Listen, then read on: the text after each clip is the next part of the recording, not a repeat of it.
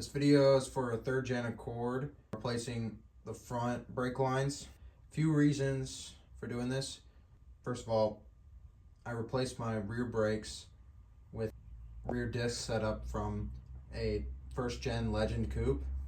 I might make a separate video on that later, but there's no off-the-shelf proportioning valve that works for the 3rd gen front discs and the Legend rear, so I'm installing an aftermarket proportioning valve.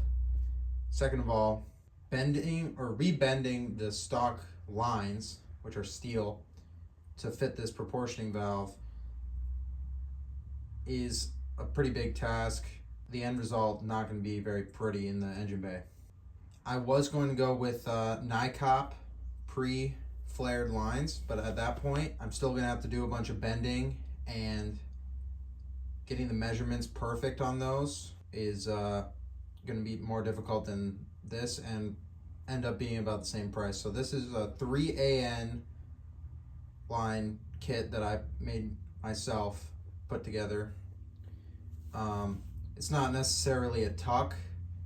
It's going to be a little bit cleaner than the stock line routing, but it's not a tuck. So this is not really a how-to video, as this is my first time doing it, but I'm just gonna show my thought process and how I put it together. Starting off, the only lines that I reused are these two for the rear. Because they're steel, they're easy to flare, and because I don't really want to mess with brake lines behind the firewall.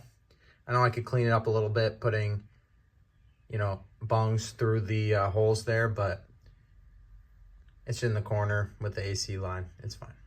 The new proportioning valve does not have 2 outputs for the rear. It only has 1. So I'm just going to tee these off and run 1 single line to the prop valve. I'd originally planned to mount the proportioning valve using this bracket here with the fuel filter mount. However, I'm going to be removing this and replacing this leaking line with AN line as well. This is the aftermarket proportioning valve I'm using. It's a Wilwood. Like I was saying, the rear output, there's only 1 of them. But for the front, there's 2.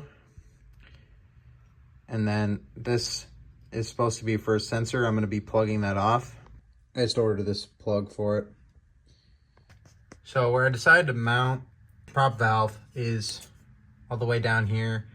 It's not too difficult to reach down there. I'm only going to be adjusting it until I feel it works best, and then I'll never touch it again, right? So basically it mounts to this original brake line bracket and the reinforcement bar for the dash here, and then it basically just sits like that. And if you look at the Civic mini tuck kits, like for EG or CRX, they'll have the proportioning valve sitting in here instead of inside under the dash. So that's basically, I didn't tighten it down, but that's basically where it's going to sit. As for the lines, there's these adapters for everything. And I just ran into an issue here. My issue is that I can't thread in this line unless I unbolt the master cylinder. So that's going to be fun real quick to do that. Yeah, I'm using steel braided brake lines as well, but it's the same process for the normal brake lines. So I still have the adapters in here, and then just the normal 3AN line that goes up through the original brake line grommet. Front left is the only cable that I ordered unique. It's supposed to actually be a clutch line cable, but that doesn't require an adapter. It has a fitting on it already. Routes like the original brake lines, besides the location of the prop valve. Just have to tidy it up with some brackets. But now that this is routed, you can see these lines are a little bit too long, and this one line here is like ever so slightly too short, sadly. But yeah, this one just goes through the original hole and into the line as well. Overall, it fits pretty well.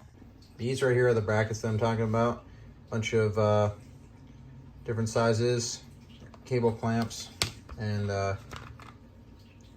so they fit around the AN lines, and then you can use them to put them together as well. So they'll go around like 3 lines at once.